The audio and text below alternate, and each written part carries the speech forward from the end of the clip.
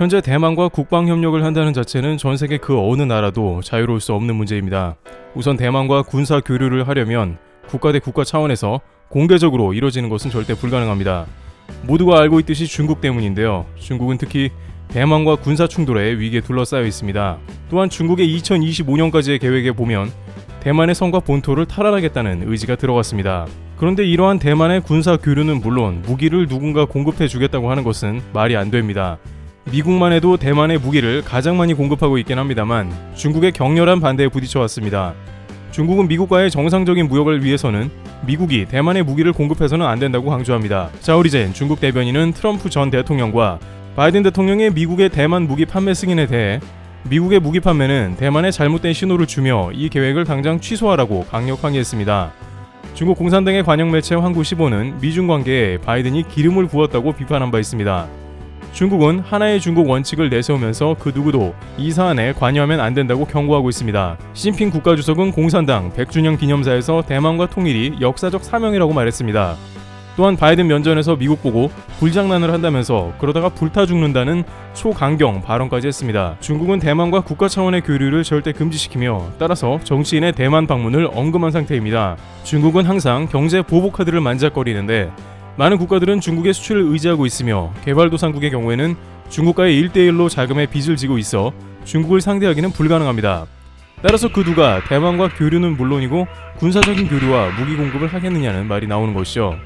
하지만 중국이 무턱대고 대만을 칠 수 없는 노릇인데 크게 두 가지의 이유가 현재 망설이게 하는 것입니다. 우선 첫 번째는 대만은 전세계 최고 반도체 파운드리를 가진 나라로 무력으로 대만을 제압할 수 없는 이유입니다.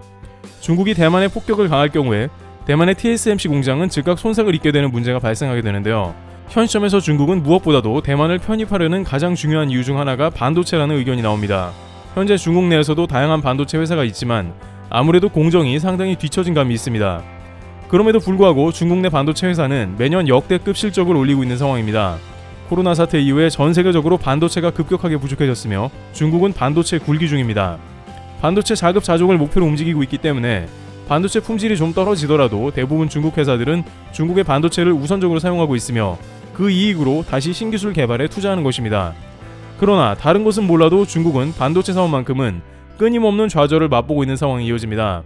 TSMC에서 야심차게 영입한 부회장도 중국의 SMIC에서 근무하다가 손 털고 나가버렸습니다. 반도체 사업은 돈만 있다고 되는 게 아니라 시간이 누적됨과 동시에 기술이 쌓여가야 하는 것이기 때문이죠. 이런 상황에서 만약 중국이 대만을 얻는다면 지금까지와의 양상과는 180도 달라지는 국면이 나오는 것입니다. 중국은 자원도 있고 자본도 있는데 기술 집약체인 반도체까지 손에 쥐어진다면 이제 아쉬울 게 없어지는 것입니다. 미국도 이것을 알기 때문에 애초에 중국에 들어가는 반도체 장비까지 모두 수출을 금지한 상황이며 그 여파로 한국의 하이닉스가 중국 우시 공장에 첨단 라인을 증설하지 못하게 막는 것이기도 합니다. 따라서 중국은 되도록이면 대만을 평화적인 통일로 중국에 포섭하려고 합니다만 체제가 다르기 때문에 대만은 설득이 불가능하고 또한 대만과 밀월 중인 미국의 영향력으로 중국이 속을 썩는 상황인 것입니다. 그 다음으로 중국이 대만을 곧바로 침공하지 못하는 주요한 이유는 당연히 군사적 충돌 후유증입니다. 중국이 아무리 물량을 동원해서 대만을 침공한다고 가정하더라도 상대는 세계 제1의 미국 군대입니다. 미국의 항공모함과 전투기 편대는 중국의 그것을 완전히 압도하고 남는 정도의 규모이기도 하며 핵무기로 따지자면 중국이 보유한 것에 거의 20배에 가까운 핵무기를 가지고 있어 비교가 안 됩니다. 물론 최근 중국에서 극초음속 미사일을 개발하고 핵무기도 비정상적으로 빠른 속도로 확충했습니다만 그래도 미국을 상대해야 하는 것은 여전히 중국의 부담으로 쉽게 대만을 침공하기는 어렵습니다. 여기에 만약 다른 군사 동맹들까지 힘을 합치면 중국은 상당히 부담스러운 국면을 맞게 됩니다. 따라서 중국은 최근 결성된 오커스나 쿼드와 같은 중국 대한 동맹체에 대한 경계를 강화하고 중국에 덤비면 당장 경제적으로 보복할 것이라는 메시지를 당을 통해서 발산하고 있는 것입니다.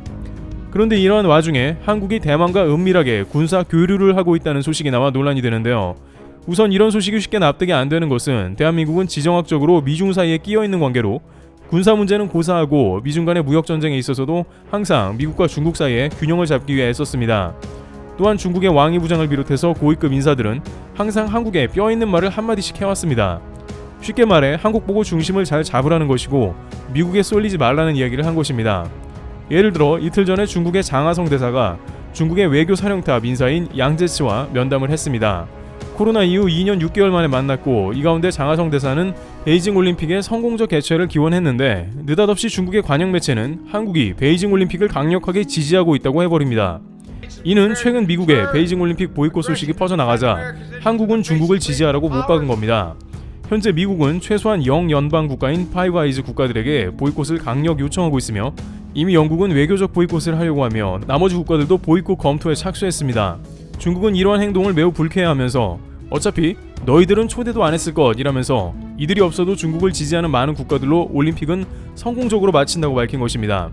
그러면서 한국에 대해서는 베이징 올림픽이 잘 되길 바란다고 말한 것뿐인데 이를 탈바꿈하여 한국은 베이징 올림픽 지지국가로 분리하여 중국 편에 서게 하는 모습을 보이고 있습니다. 일본의 경우에는 한국보다 훨씬 곤란해졌는데요. 중국은 지난 도쿄올림픽 때 일본을 지지했습니다. 시진핑 국가주석은 당시 스가 총리에게 중국에서 백신까지 지원해주겠다는 제안을 했었고 도쿄올림픽에 가장 먼저 선수단 파견을 확정짓고 일본 올림픽을 응원한다는 메시지를 보냈습니다. 당시 일본 지도부는 중국에 고맙긴 했습니다. 왜냐하면 다들 코로나로 도쿄올림픽을 하지 말자고 하는데 힘이 센 중국이 올림픽을 응원해줬으며 선수단도 대거 파견해 전세계 참여를 독려했던 것입니다. 그런데 이제 불과 6개월도 안 지나서 중국은 그 청구서를 다시 돌려받으려고 하는 것입니다. 중국 대변인은 일본만큼은 베이징 올림픽을 지지해야 할 것이라며 강력 메시지를 냈습니다. 그러나 미국에서는 일본이 도쿄올림픽 보이콧을 동참해주기를 바라는 것으로 나타나고 있습니다. 일본은 중국 대항의 쿼드 멤버인데다가 자기들이 스스로 자칭 파이브 아이즈라고 불렀습니다. 그런데 베이징 올림픽 보이콧을 안 하겠다는 것은 미국의 심기를 크게 건드릴 수밖에 없는 것이죠. 하지만 기시다 총리는 상황은 국가마다 다르다라면서 베이징 올림픽 보이콧을 결정 못하고 있습니다. 바이든 대통령은 이러한 일본이 불만인 듯 일본이 올해 안으로 정상회담을 하자고 요청했습니다만 이를 묵살하고 있으며 사실상 일본과 정상회담을 내년 이후로 연기하는 모습도 나오고 있습니다. 이처럼 중국과는 경제 문제나 올림픽 문제 등 어지간한 나라에서는 맞서기가 어려운데요. 이 가운데 한국이 대만에 잠수함 기술을 제공하며 대만과 군사협력을 했다는 것은 충격인 것입니다. 한국은 중국과 군사 충돌은 아니나 미국의 사드가 들어온 계기로 중국의 경제 보복이 있었기 때문에 특히나 군사 분야에서 갈등을 중국과는 웬만하면 일으키지 않으려고 하는 성향이 매우 강한데요. 그런데 로이터 뉴스에 따르면 한국을 비롯해서 미국, 영국, 호주, 인도, 캐나다, 스페인 등 7개국이 대만이 수십 년간 보유하려고 했던 재래식 잠수함 건조에 관한 극비 기술을 전수했다는 것입니다. 이러한 보도가 나가자마자 중국 자오리젠 대변인은 대만의 군사적 지원은 매우 잘못된 선택이라며 불을 가지고 놀다가는 반드시 화상을 입는다라며 대만 독립 지원을 하면 큰일 난다고 경고했습니다. 물론 통신은 이러한 것에 대해서 자세한 출처나 국가적인 공식 메시지라고 밝히진 않았으며 해당 내용은 극비리로 이루어진 것이라면서 구체적인 소스에 대해서 기록하지는 않은 것으로 보입니다. 미국이나 영국의 경우에는 국가에서 이미 대만의 무기 판매 자체를 법으로 승인한 국가들이지만 한국에서 그랬다는 것은 매우 놀랄 사안이며 따라서 해당 내용도 극비로 처리한 것으로 보입니다. 일각에서는 대만과 군사 교류는 일본도 거부한 것으로 한국이 그랬다는 것은 전혀 뜻밖이라는 의견입니다. 일본의 경우에는 말로는 대만과 형제 지간처럼 돕고 지낸다고 하나 정작 싸늘한 경우가 많이 있습니다. 일본 정치인들을 비롯해 국민들은 대만 전쟁이 일어나면 자위대를 파견하자고 절대 찬성하지 않습니다. 그리고 한국 보고는 친중이라고 몰아세우더니 막상 한국이 이런 일에 포함되었다니 일본은 크게 놀랍니다.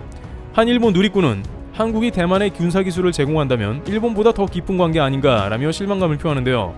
로이터의 보고가 완전한 허구가 아닐 수 있는 것은 실제 대만 국회에서는 한국과의 잠수함 기술 협력에 대해 지난 수년간 한국 기술을 꼭 도입해야 한다는 논의가 있었고 최근 그들은 한국 SLBM 기술에 박수를 쳤습니다. 대만이 한국 SLBM에 환호한 것은 이 기술이 대만에 이식될 수 있다는 기대감도 있었기 때문인 것이죠. 따라서 유독 중국에서 한국의 대만 잠수함 건조 기술을 경계하는 것은 이유가 있는 것입니다. 한국은 잠수함 기술 건조에 이미 세계적인 수준이고 핵잠까지도 충분히 건조할 만한 환경인 것입니다. 게다가 SLBM을 장착하면 중국 인근 바다에서 중국의 주요 공격 목표까지 자망하다가 미사일을 발사할 수 있고 이는 중국이 매우 복잡하게 대만을 상대하게 되는 것이므로 중국 입장에서는 한국이라는 이름이 부담인 것입니다. 안 그래도 중국 군사연구소는 한국의 현무를 수차례 언급했는데 이것이 만약 대만 잠수함에 실려서 대만에 발사되는 시나리오는 중국에 매우 위협적이며 상상하기 가장 싫은 옵션 중 하나이기 때문입니다.